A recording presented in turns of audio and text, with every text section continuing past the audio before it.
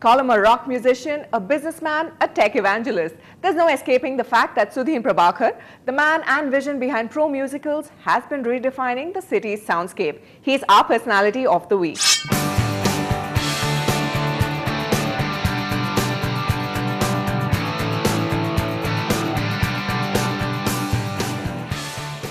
Guitaring, his passion. Engineering, his profession. Sudhin Prabhakar struck a chord with both at one go. Result, Pro Musicals, a music shop that supplies music gear for young musicians in the making. Since we used to play with this band Nemesis, and we used to hire sound from a friend called Felix Remedios, which was Reynolds, Bangalore.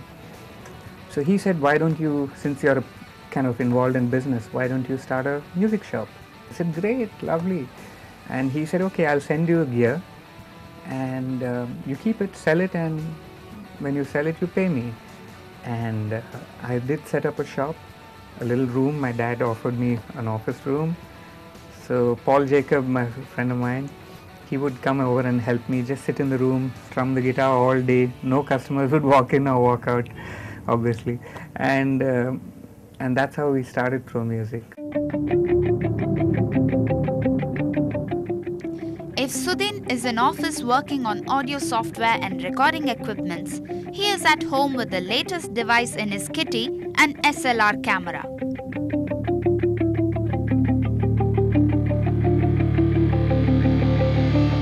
So it's music gears and art-related gadgets that catch Sudhin's fancy. Just a year ago, we were on holiday to Kodaikanal, and our train was at 4 o'clock, and my wife said, hey, you don't even have a camera. So we rushed over to a mall and said, hey, give me one camera. I didn't even know what camera to buy. And my wife said, pick up something really a little better than just a point and shoot. So we did. I'm still just putting up pictures for friends and things like that. But I walk around the garden every morning and looking under leaves and plants and, taking macro pictures of bees and little insects and stuff, almost right down their noses, But his all-time love is rock. This obsession blossomed when he joined the choir at the age of 18. And he strummed his way to success with the first band in college, Down Sterling. I think we won every single contest we took part in. And I think 2 years down the line, somebody asked us for some competition. They asked us, what's the name of the band? And we said, okay, what do we name the band? And we said Loyola is down Sterling Road, so we called it Down Sterling. Several years down the line, the college itself named their cultural Down Sterling. So that was quite a privilege for us. Sudhin stomped the rock music scene in Chennai with bands like Jiravi, Burn, Roxygen and Nemesis. And their music eclipsed every track record as Sudhin electrified the audience progressively in all cities. I think rock was the strongest in the 80s, and it was not only in the college circuit. We didn't have MTV and stuff like that in those days, so it didn't get what we call popified or whatever. Rock was still legendary. Now with so many remixes happening, they're taking old songs and remixing them, and so most of the kids think that, even if classic like Smoke on the Water, okay, maybe not that, but if it's remixed, they'll say, hey, it's done by Britney Spears or somebody like that, I don't know. So it's still popular, but they don't realize it's older stuff.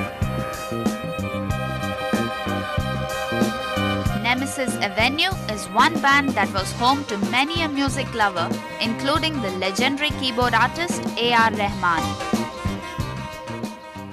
We used to hang out and record in his studio.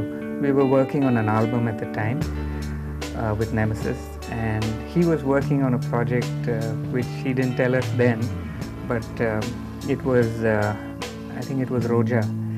And he said, man, I want to get into films. And the funny part was we said, hey, but Nemesis is going to be a really famous band, so why don't you come with us? We'll make you famous.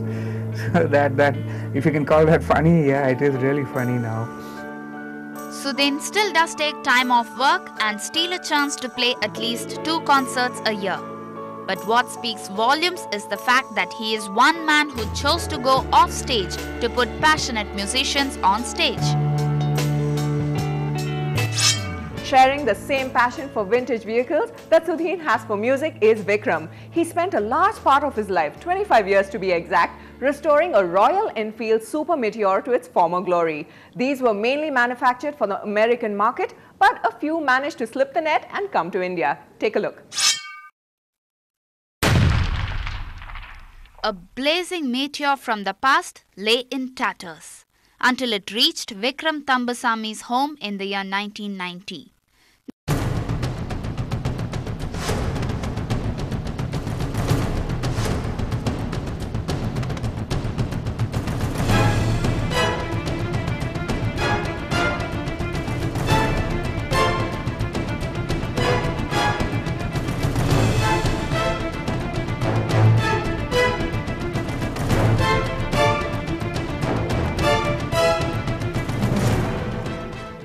This little dynamo engine, which was once the proud power source of Royal Enfield's Super Meteor, was striving to strike again. I went and got it for 7,500 rupees. It was in 1989. It was very disappointing in the beginning because there was nobody responsible to do it. Actually, there were a couple of guys who kept it for 10 years and did nothing with it.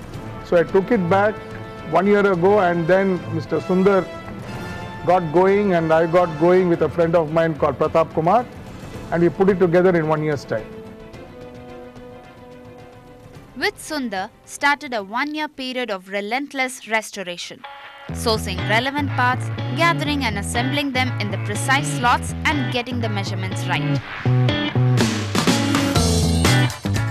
Some were even manufactured to resemble the old British beauty or suit the comforts of its master. இந்த வண்டி வந்து வரும்போது ஒன்றுமே இல்லை, பீஸாக இருந்தது. So அதுக்கப்புறமா first engine எல்லாத்தையும் கம்ப்ளீட் பண்ணிவிட்டு பார்த்தோம். பார்த்தா கனெக்டிங் ராட்லாம் அதில் டிஃப்ரெண்ட்டாக இருந்தது. அதுக்கப்புறமா யூகேலேருந்து வர வச்சு ஹிச்கார்க்லேருந்து அதை ரெடி பண்ணி அதுக்கோசம் அதுக்கேற்ற மாதிரி போர்லாம் கரெக்ட் பண்ணிவிட்டு ஃபிட் பண்ணினோம். ஃபிட் பண்ணதுக்கப்புறமா அது கார்பரேட்டர்லாம் வந்து இதில் அமால் கார்பரேட்டர் போட்டு பார்த்தோம். ஸோ சிட்டி ரைடிங்க்கு எங்களுக்கு அது நல்லா இல்லை, அதால் மெக்கானிக் மாட்டி விட்டோம்.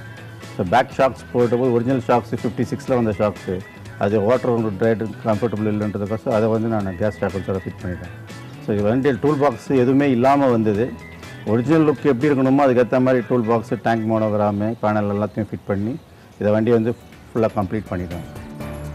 Vikram's love for classic bikes began when he first got a Royal Enfield during college. From Triumph to Norton, Vikram adores them all.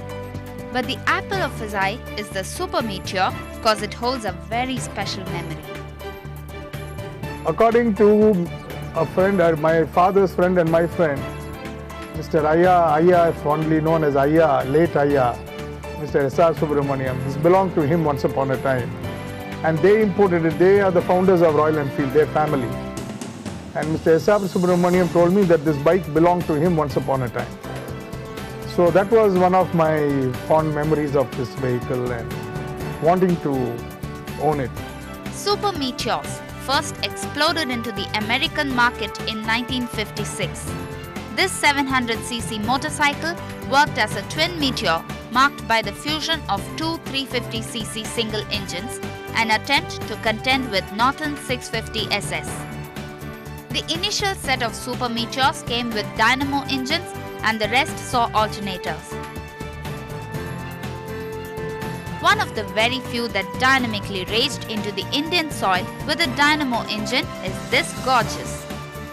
This yesteryear masterpiece has blazed a trail in Vikram's life. Now wouldn't the ride be a lot better if his wife comes along as well? No, I have never tried taking my wife because she refuses to come for a ride. Because she has to lose some weight and I have to lose some weight also.